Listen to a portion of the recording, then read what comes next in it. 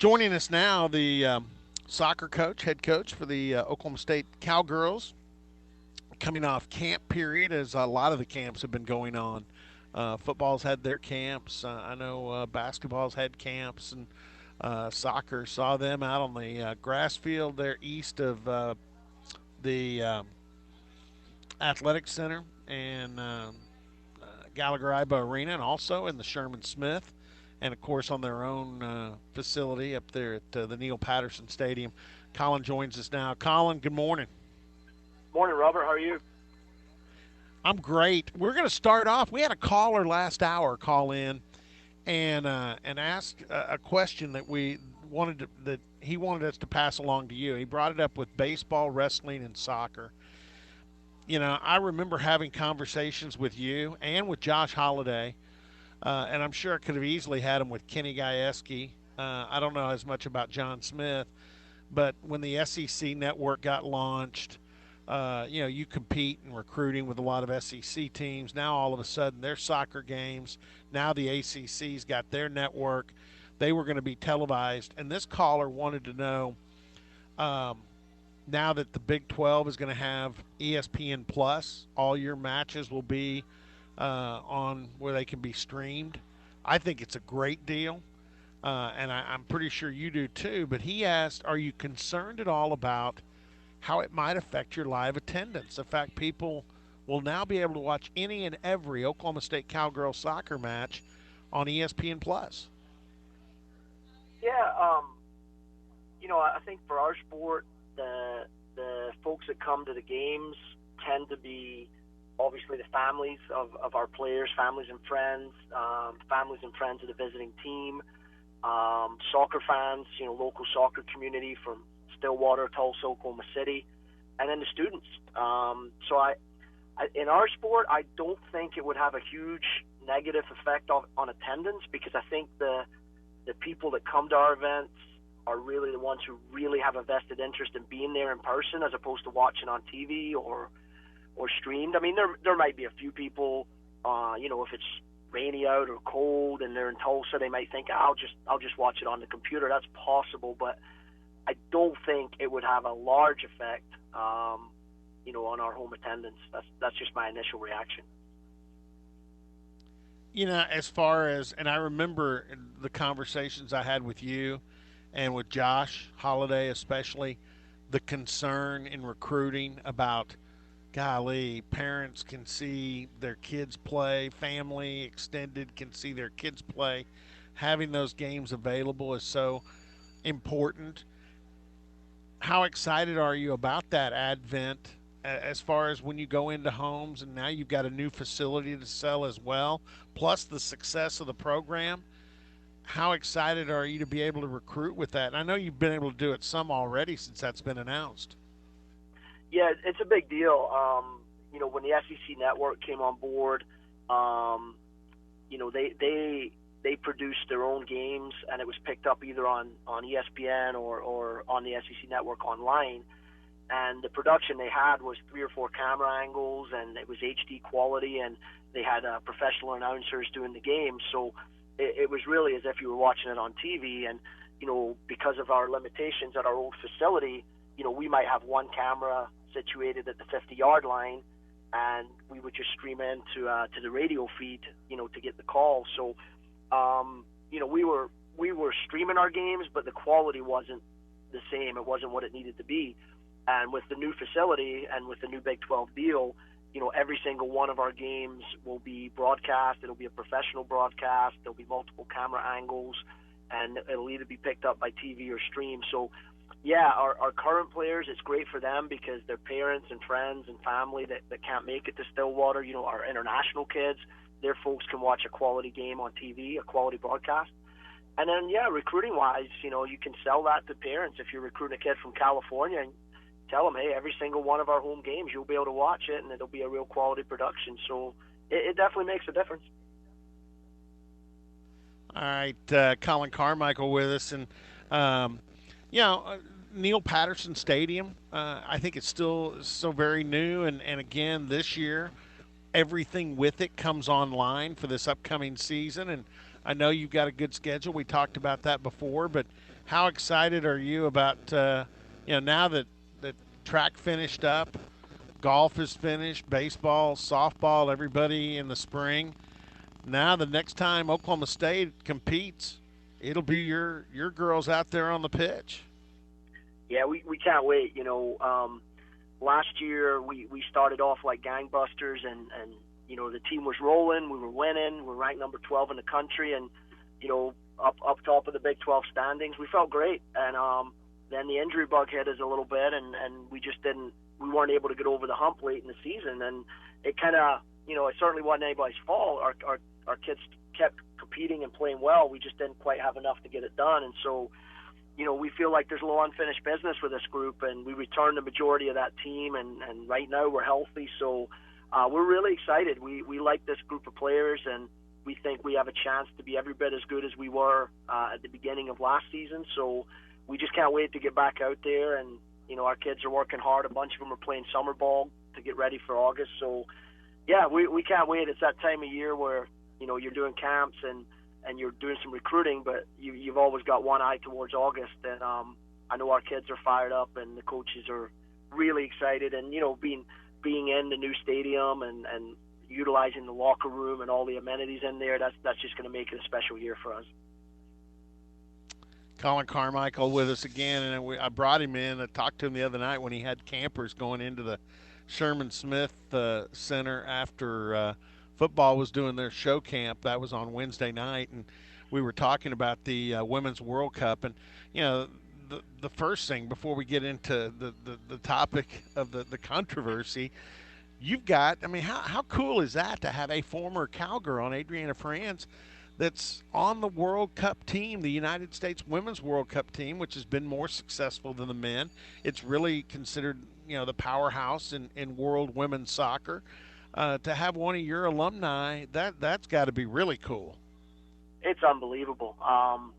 Just AD, when you consider her backstory and where she came from, so, small town girl out of Salina, Kansas, and coming to OSU and working her way up through the ranks of the national team with the U20s and the U23s, and going pro and fighting and clawing, and eventually being named the best goalkeeper in the Women's Pro League 2 years in a row. It's just been an unbelievable ride and story for that kid and our young lady now, and to see her at the World Cup, and obviously she's one of the backup goalkeepers, but just to make that squad, I mean, the U.S. team is number one in the world, and for her to be one of the three goalkeepers representing the U.S. is quite amazing, and so proud of her, so excited for her, and I got to see her, when obviously we'll talk about the celebrations here in a minute, but the good news for me is when they zoomed in on the bench, I got to see AD over there celebrating, so it was really cool for me as a coach to get to see AD over there enjoying herself. It's just an amazing accomplishment for that young lady.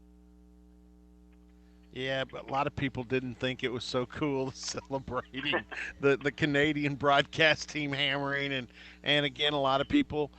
Yeah, I've got no problem with scoring 13 goals. I equated this. See if I'm right. I said a team scoring 13 goals in World Cup and winning 13-0 would be akin to somebody in college football winning 100-0. I mean, yeah. You think I'm close in the comparison? Yeah, that's probably a very fair comparison. I mean, it was two teams that were just a team that was just overmatched by the other team, and unfortunately, in the women's game right now, the good news is that the top teams have all gotten better, and so instead of one or two teams that could win the whole thing, you've probably got 7 or 8 that legitimately could say they have a chance to win the World Cup. You go back 20 years, that wasn't the case. Unfortunately, some of the countries from maybe Asia and Africa, they don't have the same resources as the European teams and the Americans and the Canadians, so they're finding it hard to keep up. And so what you see is a pretty big gulf from a Thailand to a USA. I don't have a problem with the goals because the way the World Cup is structured, you play 3 group games, and the top 2 teams advance to the second round automatically. And if you finish number 1 in your group, you're going to get an easier knockout round game in the round of 16. If you finish second, you're going to play somebody like Germany or Spain or Brazil, one of the other favorites to win it. So to me, the U.S. had to keep scoring, because if they didn't and they end up tied with, say, Sweden on points going into the knockout round, it would go down to goal difference. And if the U.S., for example, beat Thailand 5-0 and Sweden beat them 8-0, then Sweden would go through as the number one seed. So I had no problem with the goals. I just thought as it got later on, goal 9, 10, 11, 12, and so on, maybe the celebrations could have been toned down a little bit. That was my only complaint. Is I definitely see the point that they could have maybe just sort of waved to the crowd, hugged each other, and went back to the center circle, but they did go a little bit over the top, in my opinion. But I have no problem with the goal scoring, maybe just a little problem with the celebration. Yeah, and the thing is, there's such a fine line, and we live in a, even sports, I don't want to say even sports especially, the celebrations now, I'm never against a celebration that's a group, team, everybody, hey, man, look what we did. I mean, and when I'm at Cowgirl soccer matches, and I see celebrations by your girls, they're I've never seen one of your players running around, you know, you know, doing the flying thing or pointing it at her, and every celebration I've seen with your team, I cannot think of one that was singular. They were all group celebrations. I have no problem with those even.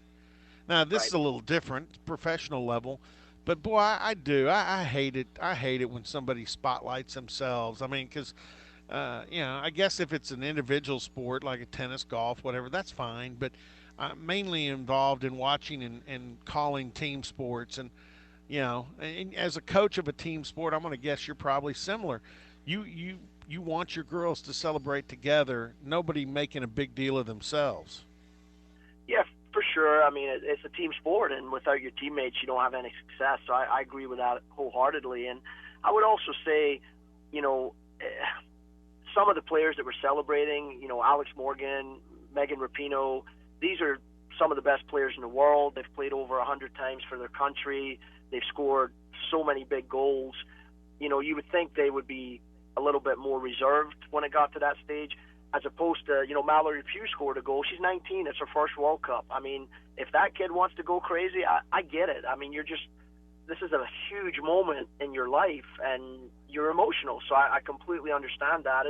It'd be like if we beat somebody 6-7-0, and back in the day, Courtney DK scored the seventh goal and had some crazy celebration. I'd probably have a few words with her and tell her to tone it down. But if my number 25 kid on the bench, who rarely plays, scored the same goal and wanted to celebrate, I'd probably be a little bit more understanding of that, because that kid never gets that moment, and so that was a little disappointing, I think, from Alex Morgan and Rapinoe especially. But at the same time, this is a pinnacle of their careers. They worked so hard to get to that moment, and they're probably, in their mind, they're not trying to offend anyone. They're just trying to unleash that emotion, and I understand where it came from. I just wish that maybe they had toned it down a little bit.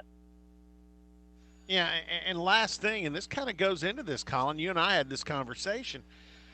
I watched some of it, and I eventually turned it off when it was, when it was getting to be 8 and 9.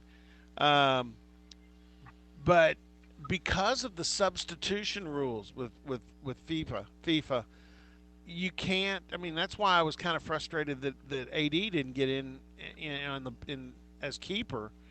But the rules limit, and in a match like this, if there's going to be that much disparity in World Cup soccer, boy, I'd loosen or maybe even just in games where there's a goal differential of, I mean, 5 or 6, some extreme, because that's an extreme number. 13 is out of the realm, but that the substitution rules are relaxed so that they can kind of empty the bench, and that can kind of keep the scoring down, and also allow a team like the United States to get some more in-match experience for some of the players that are deeper on their bench. Yeah, for sure. I mean, in FIFA, they're only allowed 3 substitutes per 90-minute game, and once you exit the game, you can't re-enter. So, people were saying, well, why was Morgan still on the field? Well, because the coach maybe had already subbed a defender or a midfielder, and couldn't sub a forward. So, they are limited, and this game was an outlier. I mean, it's not going to happen every game, and so I'm sure it's not something that the governing body thought about when they have the substitution rules. But it would make sense. You're up 5 or 6 nothing with 30 minutes left. It would be great to let those other 8 or 9 bench players get some minutes and get to experience the World Cup. So who knows? Maybe that's something they'll look at in the future. Maybe you and I, Robert, Yeah. should put something together and send it off to FIFA because I think it's a good idea. Yeah, I don't know if FIFA would think any idea from Robert Allen is something they want to act on.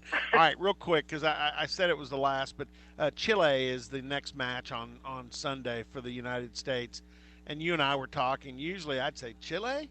Okay, that'll be kind of competitive, but you were saying it's really more the Euro teams that Oklahoma Yeah. that the United States has got to look out for.